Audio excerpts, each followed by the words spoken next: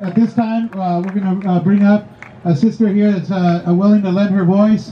A very beautiful person whose work extends many years, and she's we want her for president next time around. So without further ado, I'd like to bring up to the mic Susan Sarandon. Thank you. I'm honored to be here with all of you and with our brothers and sisters who have stood for our water and are undergoing such horrible abuses.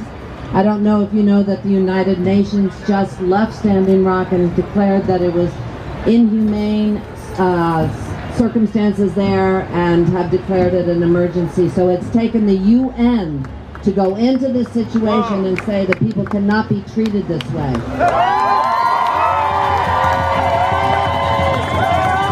Now, this past week has been very upsetting for some people. After this election, people are depressed, people are angry.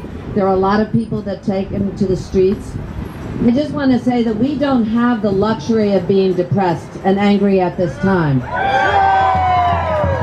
This is a pressing issue. If only we had that many people that were aware of what's going on in Standing Rock and would be standing with our brothers and sisters to put an end to what is going on there. And you know, people called me and they were so upset about Trump, and they said, you know, we're so afraid that there's going to be arrests of peaceful protesters, and there's going to be, they're going to be charged with felonies. And I said, do you not understand what's been going on for months at Standing Rock? This has been going on, and our other presidential candidate, except for Bernie Sanders and Joe Stein, have not spoken out. We haven't heard anything from Hillary. If you're a Hillary supporter, find out why she hasn't been talking. If we're so happy with Obama and with our progressives, ask him why he is not standing up for Standing Rock. He has said this will play itself out. We're waiting to see how it plays out, but the officials that are at Standing Rock, the cops that are at Standing Rock, are not playing. This is not a situation that is playing out. We need to call the White House. We need to divest. If you're in a bank and not a credit union, check out your bank. Citigroup, Chase, all of these banks are paying for the pipeline. So if you can't go to Standing Rock, make sure your money isn't going to Standing Rock and doing damage there. It's a pain in the ass to have to take your money out of a bank. There are clean banks. You can find ones that are not there. But it is more of a pain in the ass to lose your water, to lose your heritage. So if everybody here, and I'm sorry that we can't reach everybody, so pass the word. Divest from those banks. Call the president. Call, you know, bother the horrible governor of that state. You know, we have to put pressure on them because unfortunately what's right doesn't seem to be making a dent. The care for the future is not what they're concerned with because greed is so heavy right now. We have to look at where our money's going and make a change there. That's how we got South Africa to turn around, and you know, we have to look at this more. It's not enough just to like tweets. It's not enough just to pass things on. A lot of people do not know what's going on in Standing Rock. And there's a reason for that too, because we don't have major networks that are covering it. The Young Turks have been fabulous. Ukraine Riot, Democracy Now! Follow them. Anyway, you know, as much pressure as we can possibly put on is what we have to do from this point on.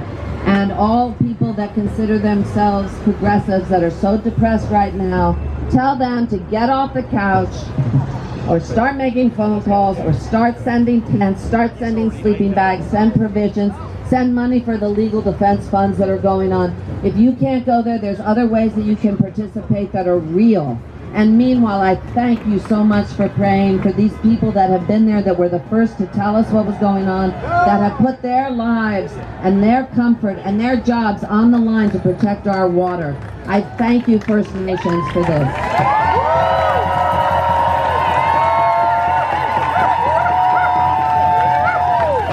And to be doing it all non-violently and with love and respect, because a lot of the police that are there are not happy to be there. I feel sorry for those people that still are being affected by the job that they have to do, because it's an ugly, ugly thing they're being asked to do. And I know that there are people that still have, you know, some divinity left in them, that know that what they're doing is hurting them as much as it's hurting these people.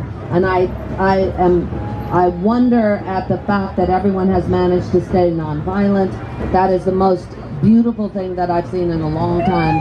And again, please just pass the word, even pass the word down the street, because I don't think they're able to hear this. But tell your friends, tell your family, you know, become active about this. This is how we will, this is one of the pressing issue right now. It's fine to be worried about the racism. It's fine to be, if you're a minority, to be worried about being shipped out. But in the meantime, this is actually happening. And so this has to be prioritized, and we have to do whatever we can. And this group and all the other groups that are gathering all over today in other parts of the United States. I've talked to Shailene, who's been working very hard and is a hero, and she's in DC, and other people are all over. So thank you so much for coming, everybody, and keep up the good fight.